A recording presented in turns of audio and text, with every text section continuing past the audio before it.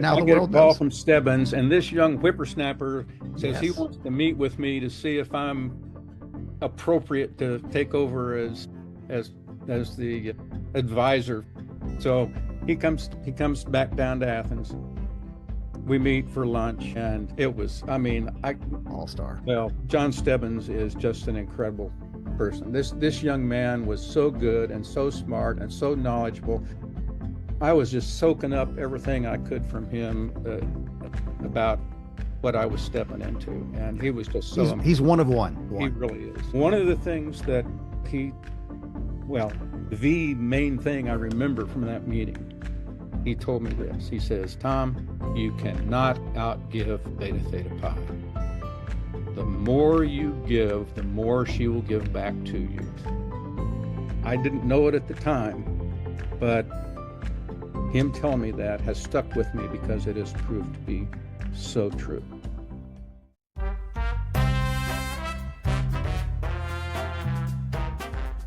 Hey, what's up, friends? Welcome to Leaders, Letters, and Legacy, the podcast where the past, present, principle, and purpose all relentlessly collide and inspire.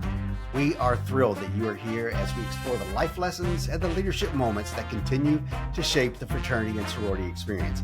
Along with my dear friend, Dr. Mary Ann Kale, I'm Scott Fusell, and it is a good day, a really, really good day to tell a great story. Let's go.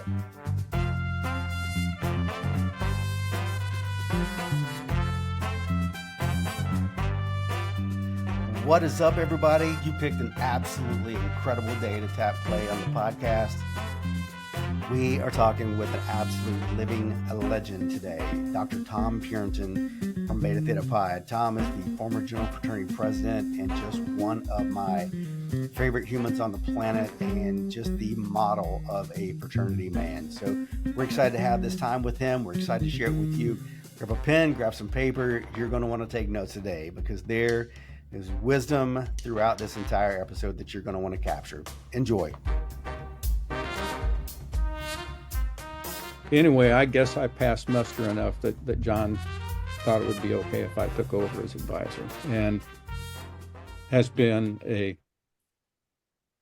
dear friend and brother from that moment on. And it's been fun watching him rise to the top as we all knew that he would. Okay, comes that spring, and I'm about ready to pull my hair out because I'm like, I don't know what to do, but something has to be fixed, and I don't know how to fix it.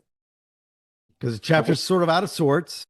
Not real They're comfortable with doing some of okay, but there's just all these signs that not good for the future. well, because oftentimes the campus culture generally wins. That's the whole point, that with the chapter being on the campus at University of Georgia, it didn't take long for them to say, we want to be just like everybody else, and we're going to party just like everybody else, and we're going to do all the kinds of things to do, and we're going to do the stuff with our pledges that we know we shouldn't do, but everybody else is, and so we're going to do it. That spring super conclave and serendipity. This is about at least the third serendipitous thing, right? The conclave is going to be held in Athens at the University of Georgia. So all of the chapters from the Southeast come into Georgia, and this group of these bright young men come in to facilitate, including Brother Scott. This is the most you've called me Scott in the 25 or so years that we have known each other. And I'm still getting used to it. So let me flip that back on you and said, I'm wondering when you're going to quit calling me Dr. P and call me Tom, but that's Okay, it's fair. And how I ended up as Dr. P in Beta is another story that we can do. So this group of whippersnappers comes to Athens. And they put on this fantastic, I thought it was a really great program. And after all the programming is over that night, we're walking back across campus. All I know is that all of a sudden, Dipper DiPaolo starts talking to me about this very nascent thing called the Men of Principle Initiative. And it was going to be this initiative where, okay, here's who we say we are. And then way over here are the behaviors that we're seeing. And so this initiative is going to be this nebulous thing that we're still trying to figure out what's going to happen, whereby we're going to bring values and behaviors into closer alignment. It's never going to be a perfect one on top of the other, but let's at least get them in the same neighborhood. And he was talking to me about what this program is going to do and blah blah blah. And man, I'm on fire. I mean, this is manna from heaven. This is exactly what I have been looking for to help me get this chapter really squared away. So I'm sign me up. I'm ready. Let's go. He says, that's all great, but we have to present it to the chapter. And the chapter has to have an 80% positive vote in order for us to sign you all up and become part of one of the pilot chapters for the Men of Principle Initiative. Okay. I mean, this was very, very early. What year was this, Dr. P? What year? 98, I think. Yeah. Well, basically the Men of Principle Development Team was the group that came down to help put on that conclave.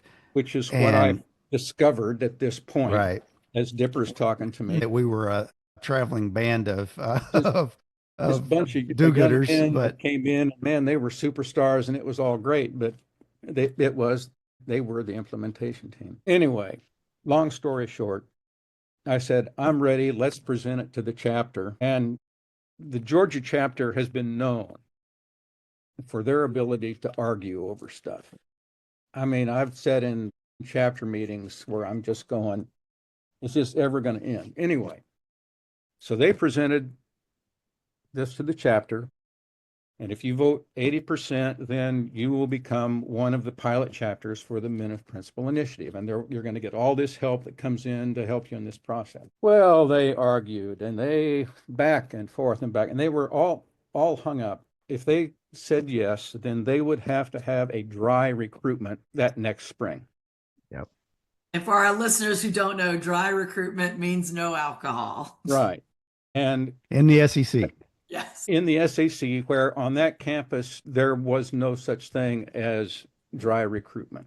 Okay. And they were certain that this was a death wish. Absolutely. They truly believed that if they could not recruit with alcohol, they wouldn't get a single pledge, a single new member, that it would crash and burn. That was the end of it. And they finagled and they pleaded and they begged, just let us do it. Just do it our regular way this spring, and then next year we'll do it as a dry recruitment. And I was so proud of that team. Nope. If you want to say yes, then we got to do it by the book. They argued and they back and forth, and I'm sitting over here on the sideline. I'm just sweating bullets on this thing because this is going to be my salvation. Well, they finally voted exactly 80%. If it had been one vote different, again, serendipity, I guarantee you we wouldn't be sitting here having this conversation. That's right. That's absolutely right. It was that close. It was 80%. And we'll be right back.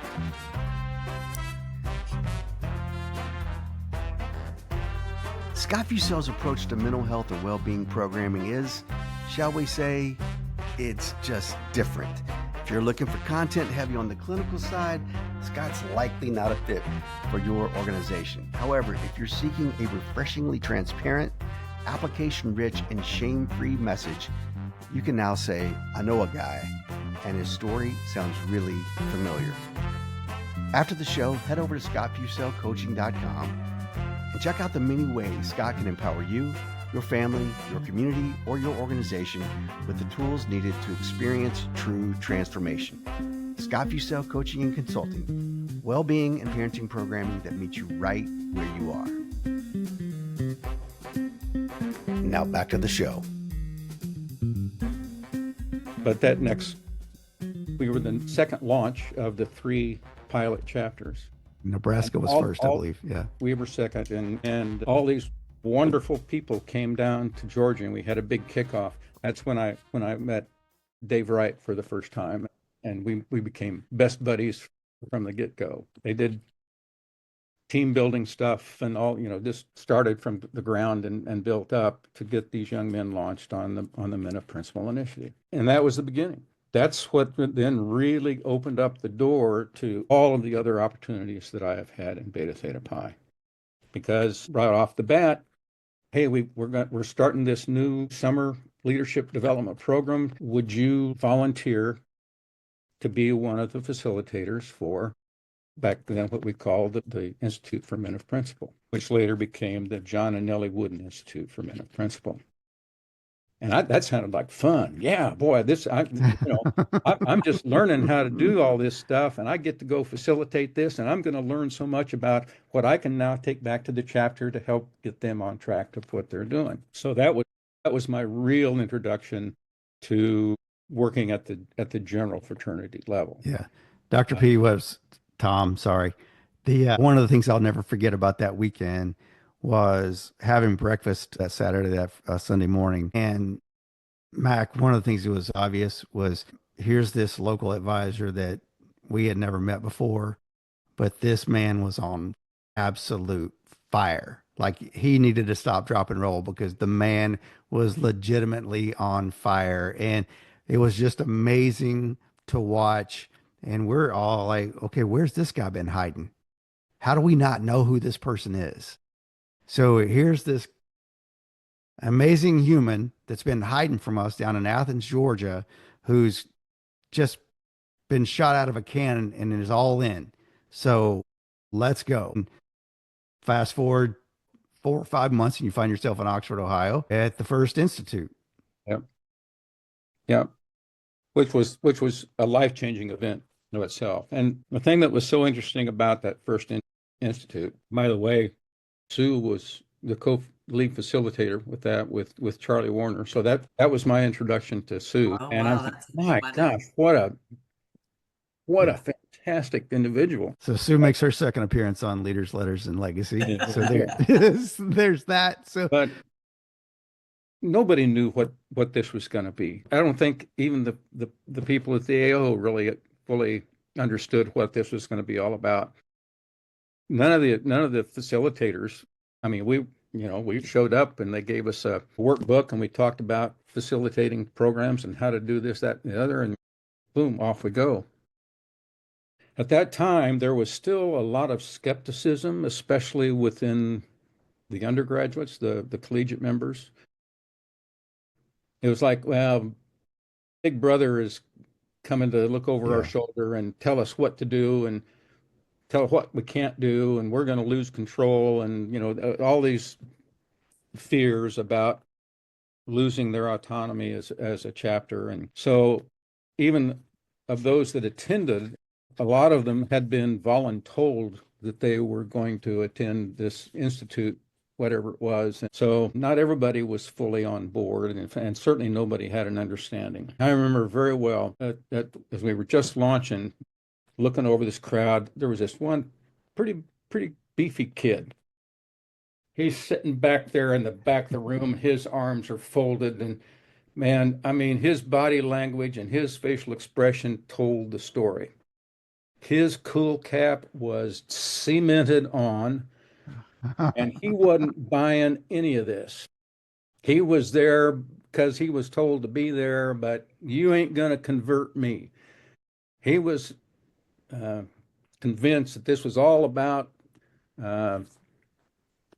converting everybody to this Men of Principle thing. And by golly, I'm thinking, whoa, wow, okay. So we launching, and it was a great experience, a wonderful experience. For those that don't know about Institute, you are broken up into small groups, which we call chapters, and then you have large group sessions led by the lead facilitators, and you break up into your chapters and really get to the nitty-gritty stuff. This young man was not in my chapter, so I didn't have that close a contact with him throughout the time. But we made it through that first time, and it was a great experience. We had our closing, and as we always do, we end with a round table or gavel pass, whatever you want to call it. We went around the room, and finally we come to this young man, and I'm thinking, oh boy, what am I going to hear here? This young man stood up. He stood there for a second, and the tears started running down his face. And he says, I want you all to know, I thought this was going to all be about this indoctrination on the Men of Principle Initiative. And he says, I came here with the attitude, you were not going to convert me. I'll be here, but I'm not going to participate. He says, I was wrong. He says, 4 days, it was a 4-day institute back then. After these 4 days, I feel closer to the men that are my little chapter here than I do some of my brothers back home. This has been my first true Beta fraternity experience. Didn't see that coming. We got something. This is powerful. And we'll be right back.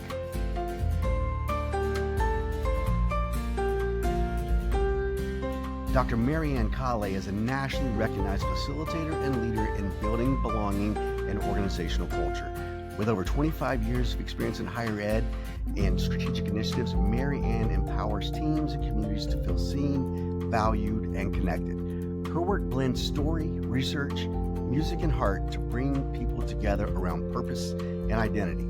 To learn more about how Dr. Kale can help your organization or community build belonging and connection, strengthening and cultivating a values-based culture, go to maryannkale.com.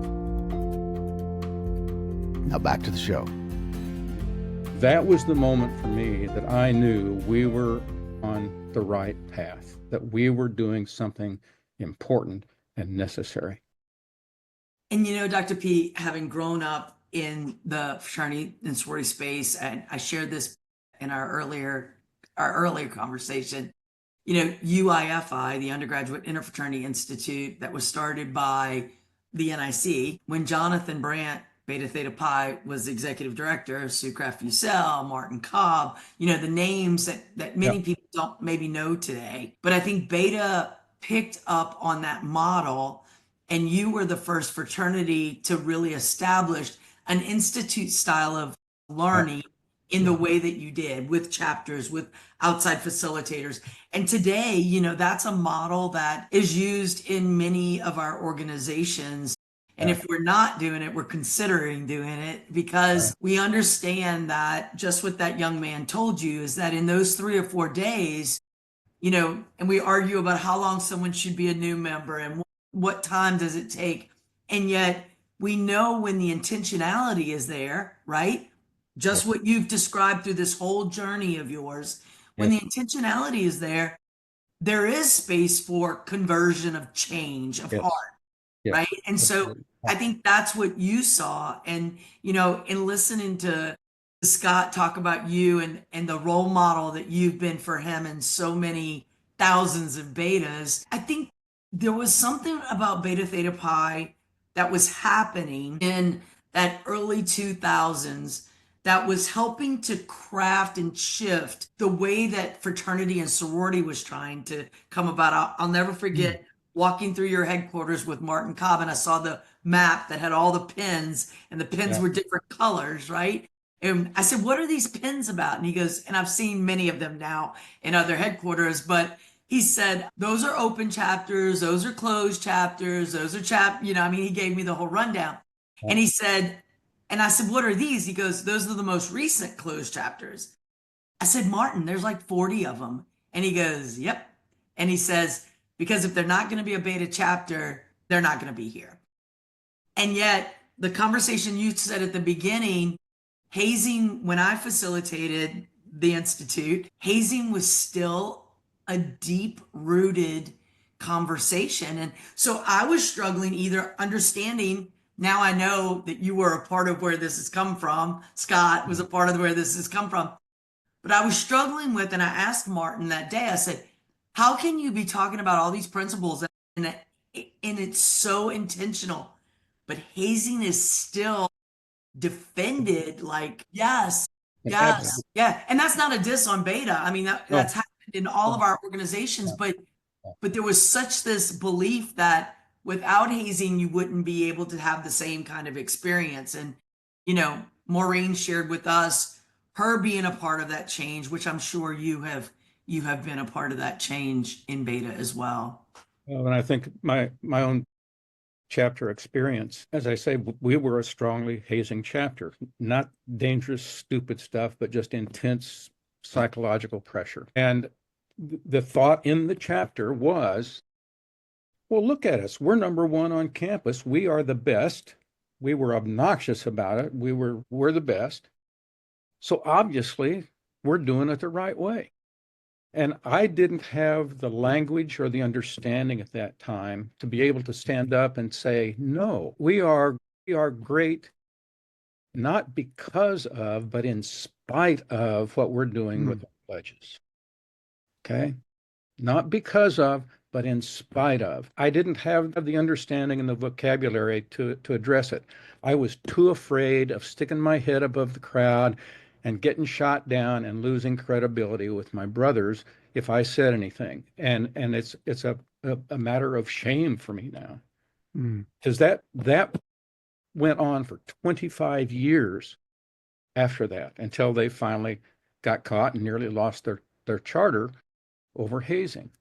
But Dr. P, I think, and I mean, I'm the same way. I have some shame around the things that happened during my era of time too. But I think we have to put it in perspective, especially for our listeners, in that there wasn't the education that we hear today. Unfortunately, what brought all of this to light was like, there was that young men and women were, being harmed physically, emotionally, they were dying. And so again, as of a week ago, a young man wanting to be a part of a fraternity is killed in a hazing, what they call ritual. Every time the news says hazing, it's like they just sear this thing into my heart, because I'm like, that is not ritual. That might be a hazing tradition that they have created, but that is not a part of the national organization's ritual. It never was. Yeah. And so, I think that those of us who joined fraternities and sororities back in the day, for lack of a better term, we didn't always know. Today, we know. And young people know. It's different decisions being made. And I think, the good thing is that you and myself and Scott and so many people that we've talked to on the podcast, we've been a part of the change, and we will continue to be a part of the change, because we know that I love that you said that in spite of the hazing that I know that the three of us were a part of, something made a difference. And now we've been able to take that learning, right? That's what life is about, and to make changes so that others don't have to do that. But I think, Dr. P, one of the questions today is how do we teach the passion for fraternity and sorority that you have? How do you teach that in a modern world? Because it's hard. I mean, ritual, we know, we're hearing from students, it's not something that they understand, that they care about. It's not performed with love and passion and care. You talked about congruence. You talked about, values coming together, behavior and values. The lessons learned from you is that it's a journey, right? And you've been at all phases of the fraternity leadership. What do we do today? Well, I wish I had the answer to that, because I think that's an incredibly important question.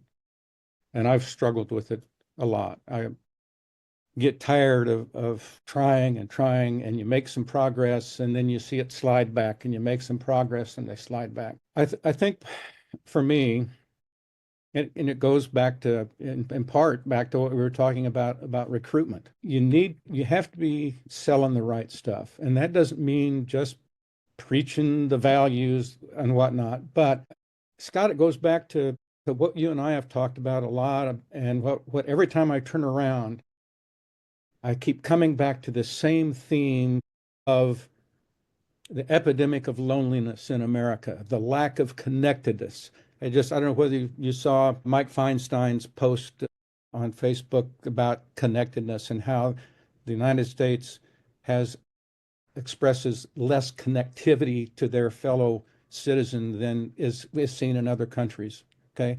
There's this epidemic. Vivek Murthy, the former Surgeon General, wrote a book on loneliness. And then I'm so glad you sent me that link for his prescription for America. That triangle that he has in that prescription for America, where the base is purpose, right? Purpose. That's our values. That's our principles. That's the purpose. I'm a broken record, and this is all I talk about. What is our purpose? Why do we exist? If we don't start with the base of why we are on this campus, why we exist, then we don't know why we're there. And then with that base, then we can build the relationships that then leads us to being people of service, right? And that was the three sides of his triangle. Yep. That's the perfect definition of what we are as fraternal and sorority organizations. We are a group, we are people that come together with this commonality of our shared values upon which we build deep and lasting relationships. And if these are truly the kinds of deep connectedness that we strive for, then out of that comes this desire to give back, to raise each other up, to lift each other up, to help each other become those better people that we say that's what we're all about, right? To me, it all fits that same mold. Now, how do we get to that? My experience over the last 25 years has been, in working with the young men that I have worked with, they're good young men. Yes. They're principled. There's a solid core. They're good young men. They're good people. And they're wanting a good experience. They just don't even know that yet. But it's that deepest need that we as humans have of connectedness with others. That's innate in us. And even when we don't understand it, it is there. There's that longing. Fraternity and sorority should be the perfect place to let that express itself. So how do we do that? I think we've got to be upfront in who we are and understand that. And then that's what we recruit to. And if we do that, then we're bringing these value-based people into the organization that will be receptive to hearing the message. And then it gets back to the ritual, right?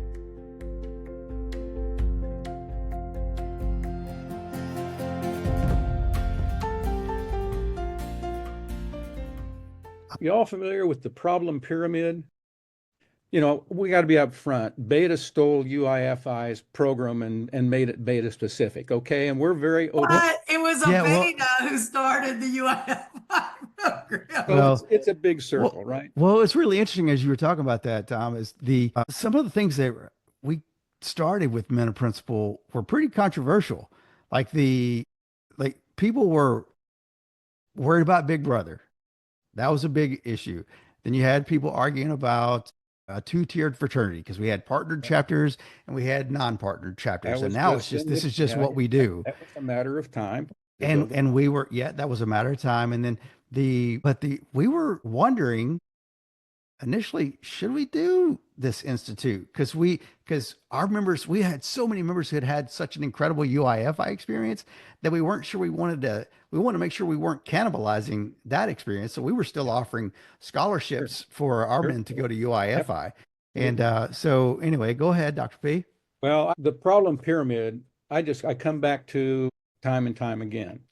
And with this pyramid, the base up there, that's all those superficial issues that you walk into any fraternity house in the country and within 5 minutes you know some things about that chapter.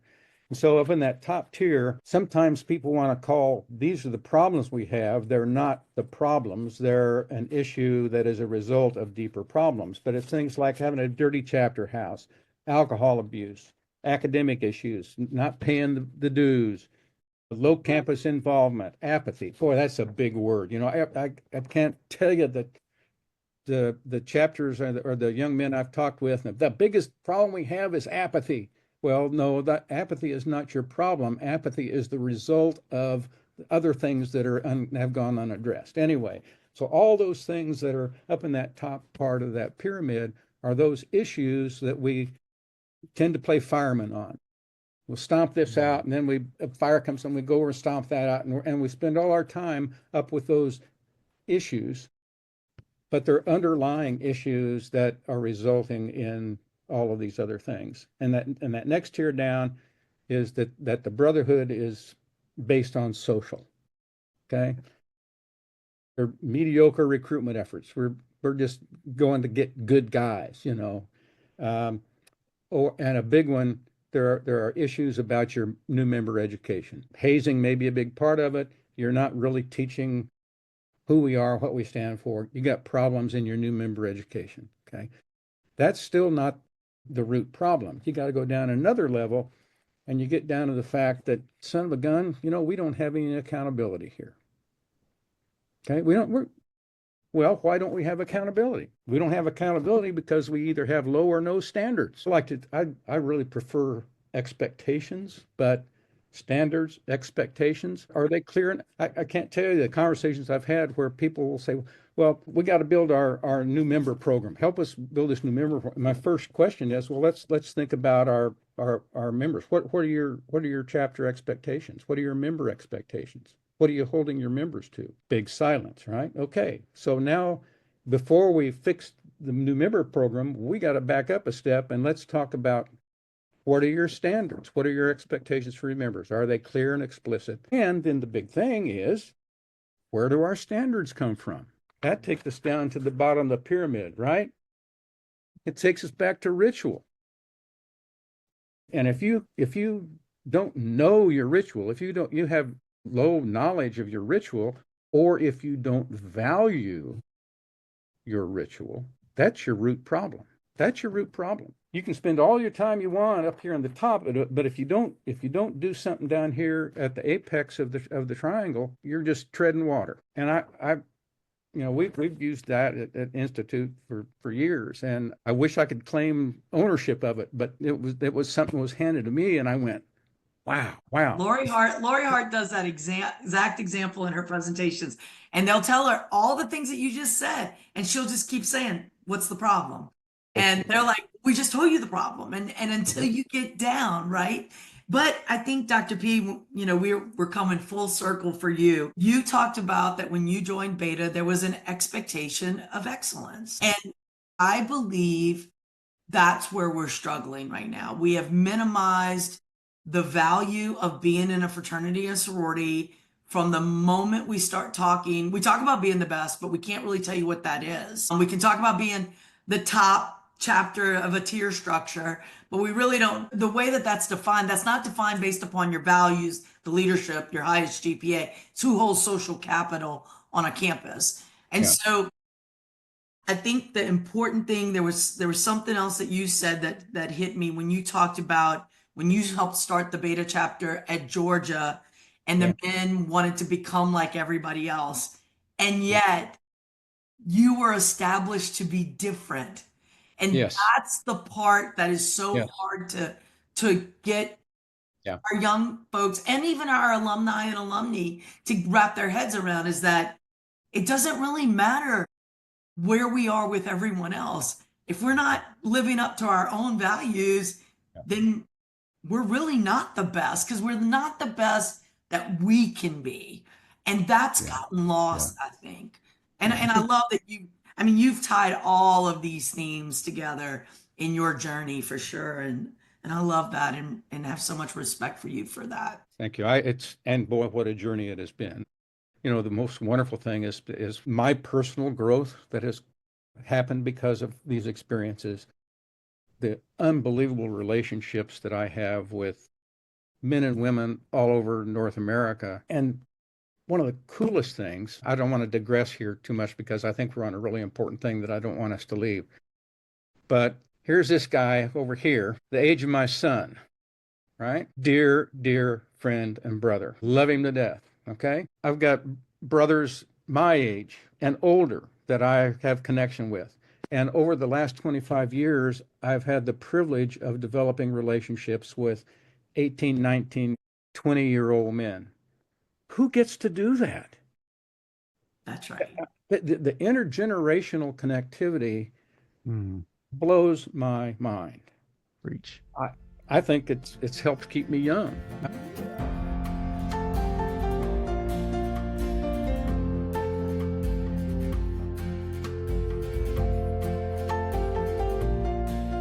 Marianne, we're having a post initiation processing session, and out of nowhere, Dr. P gets a mic and starts talking about why Beta Theta Pi, why this is important. And one of the things he talked about is that he came to convention because he needed to be with his brothers and he needed that connection. And you said it jokingly, but you talked about, gosh, I live in a retirement community now and I'm around a bunch of old people. And I love how this experience does keep you young. And like we're watching you as you started talking about Institute and as you started talking about that problem pyramid and solving problems and really mentoring people and helping them understand why we do what we do.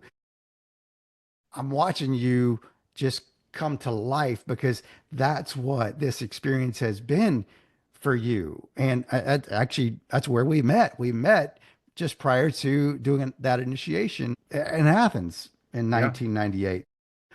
I'm trying to ask this a different question. It's very similar to what Marianne asked you earlier, but what is it you want for our collegiate members? What do you want for them? Well, the simple short answer is I want them to have the kind of an experience that I had, where I felt I belonged. There was that sense of belonging. There was the camaraderie. There was the connectedness with my brothers that supported me and encouraged me to be my best. All the social stuff, that was great. That was wonderful. That's an important part of it. But it was the connection with my brothers. Your brother is not just your drinking buddy. It's deeper than that. And I wanted to be part and still want to be part of that process to help those light bulbs go on, to see the gift that they have been given by being a member of this organization. The thing that is like a dagger in my heart is when I see young men that are members of Beta Theta Pi and have no clue the gift that has been given to them. And their experience is going to be a 3 or maybe a 4-year experience. And then that's something that I did when I was in college.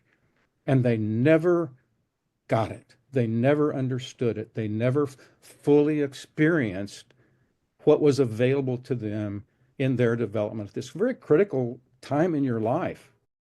This is such a time of learning and development and exploration. And what a wonderful time to be introduced to this thing called community and this concept of striving to be my best version of me and know that I am being supported and encouraged and lifted up by those around me. And if we do that right, we create synergy where everyone rises to a higher level than they would individually without each other. And Dr. P, I talk about it being they miss the good stuff. Yeah, Like this, and that's why I got back involved in the first place. And that's what has kept me coming back, because I just keep meeting these outstanding young men, and I just want to help them another step along the way so that they can experience maybe just a fraction of all the good stuff that I have had. The personal growth, the relationships, all of that I have experienced because of what has been serendipitously dropped into my lap. Okay. It just happened, and nothing was planned. The only thing I've ever said or done is say yes when asked. There it is. And, there it is. I have said for years, and I can't claim that this is an original thought, but I had somebody once upon a time tell me that life is for hand raisers. Life is for hand raisers. And Yeah. if you are willing to raise your hand and say, yeah, I'll help that chapter, or yeah, I'll show up to that event, or I will show up to that project, or I'll show up to chapter meeting, all you got to do is raise your hand. And all you got to do is say yes when she calls. And nobody's saying that you got to do it every single day. And if you take a break, that's okay because she's still going to be here. She's still going to be here. She's still going to need you, and she's still going to be here for you. Dr. P, one of the things that in addition to that theme of intentionality and expectation that Mac was talking about a little bit earlier, one of the things that is so clear to me, not just through this conversation, but through our coffee dates, Yeah. and you've hit on it a time or two, is that connection piece and the understanding of that being not the secret sauce, but the oxygen by which we breathe. Whether you're 18 or you're 88, you got to have it. And I think our guys are, not just our guys, but all of us are not hungry for it. We are yearning for it. We are starving for it. So, how do we help them really understand that and open up to it? Because we can't take everybody to Institute and help them have a 2 or 3 day experience, but how do we help them stick around for the good stuff that Mary Well, Ann's talking about? How do we help communicate that to the it 20-year-old, helps a lot 21-year-old member? to have alumni engaged, to be the role models, to show those that are coming behind us. Bridge building is a big theme in Beta.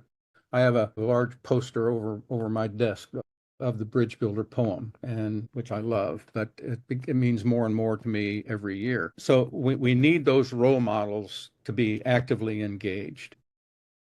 You got to make sure that they get it and that they understand it. So you gotta educate the advisors to make sure that they're on board, and not just advisors, but invite alumni in, have the engagement to talk about these things. And then, as I keep saying, you got to recruit the right people to begin with, and then you have to have an education process that drives the message home, and then you got to repeat it again, and you have to sit down and talk about it. I love, more than anything else, I love a good ritual review. I have learned so much. Every time I sit through one, I'll hear some little kernel of, somebody has looked at it just a little bit different way. And so, wow, I hadn't thought about it in that way, and I'm 65 years a member of this organization, and I'm still learning and getting greater depth of understanding. And it's like, God, this is no little shallow thing. This is good stuff. So you gotta have an understanding of ritual. And I've worried often about just being that old man that's up there beating the drum again about trying to beat that ritual into us, But it's encouraging to me to have listened to all of your other guests and talk about the importance of ritual, to say, okay, I'm not out here in left field somewhere. This really is the core of it. And I think we have to find ways where we can teach or educate on the values and the importance of them without beating them over the head with it. And that can get tricky. But if we can talk in terms of how this impacts us day to day, how do I live this out? Help me understand, how do I live that? What does that value mean? What are some examples of how that's important in your life? How do you live that out? Help, and conversely, what are we doing that is not living up to the letters? What are we doing that's not living up to that? And are we really who we say we are? I'm wearing this badge and it has my letters on it. Do I even understand what those letters are standing for, and what the expectation of me as a member is if I'm going to wear those letters? And you got to have a little fun along the way too. I have more fun when I'm with my Beta brothers than any place else that I can think of. Well, Dr. P, today has definitely been an example of your love for Beta Theta Pi. I feel like I knew you before we came onto this today, but Scott was very accurate about your love, and you have been such a role model for him, which you know how important he is to me, and I hope that our listeners today have really gotten a glimpse into how for a lifetime this can matter, and that we can admit that we haven't always had all the answers, or we haven't always done it right, and we've changed things because of that. I tell students, are you a frat boy or a fraternity man? And you are definitely the true example of when you talked about a gentleman, but a gentleman Yes. and a fraternity man. So today has been such an honor to be with you and to learn from you. So I hope that anyone who stops by and hears your story and your journey, that they understand how important this is, truly. So thank you very much. So as we start to wrap up here, Pleasure. Tom and Yeah. Mac, I want to echo something you just said, or add just a note or two to what Mac just shared. We talk about in Beta about being in pursuit of our values, being in pursuit of our principles. And when you hear somebody who has been a member for 65 years saying they still are learning how to make these values and these principles come to life, and they learn something new about how it happens, that is the definition of being in pursuit. One of the other things that is becoming a more and more common phrase that has emerged over the last 25 years or so is this idea of earning our badge every day. Earning our badge every day. Bill Berry, who was was my district chief back in the day, said it in passing while we were talking to this young man, kind of getting back to the hazing conversation. That was the topic. He finally, after being tired of us peppering him with questions, he finally got mad and he just says, just got to earn it. And he stormed away from the table. And Bill, very quietly, sweetly, he was another genteel human. Yes. He goes, gosh, we got to help him understand that you earn your badge every day. And I don't know that I ever heard him say it before or after that time. But Dr. P, you earn your badge every single day. It's contagious. And it's one of the things that we love you for, because you teach us how to do it. So can I ask you one last question in closing? Sure. You're writing a letter to 18-year-old Dr. P. It's going to K-State. What are you going to tell 18-year-old Tom Purinton he's got to look forward to? First thing I'd tell him is, don't be afraid. Just buckle up and embrace it. You are not going to believe great things that are in store for you. It's going to be a journey. Yeah. And it has been. It has been. And Dr. Tom Purinton, we can't thank you enough for your example, for your generosity of spirit and of time, and being with us today and sharing with our listeners. We love you and we appreciate you, and we will talk to you again very soon. Thanks for spending some time with us today. I'll follow up with you later, and we'll get another coffee date on the calendar. All right. That'll be terrific. All right. Love you, brother. Love Thank you. Thanks so much. I appreciate it.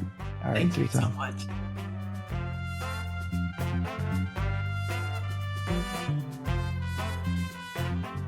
You've been listening to Leaders, Letters, and Legacy. The show is produced by Scott Fussell and hosted by Dr. Marianne Calais and Scott Fussell. Background noise is provided by Bailey, Bentley, and Lincoln. Spousal support provided by Sue and Reed. For more, be sure to follow the show on Facebook, Instagram, YouTube, and TikTok. And to help others find the show, be sure to rate and review the podcast before logging out. Leaders, Letters, and Legacy is an L3 Learning production.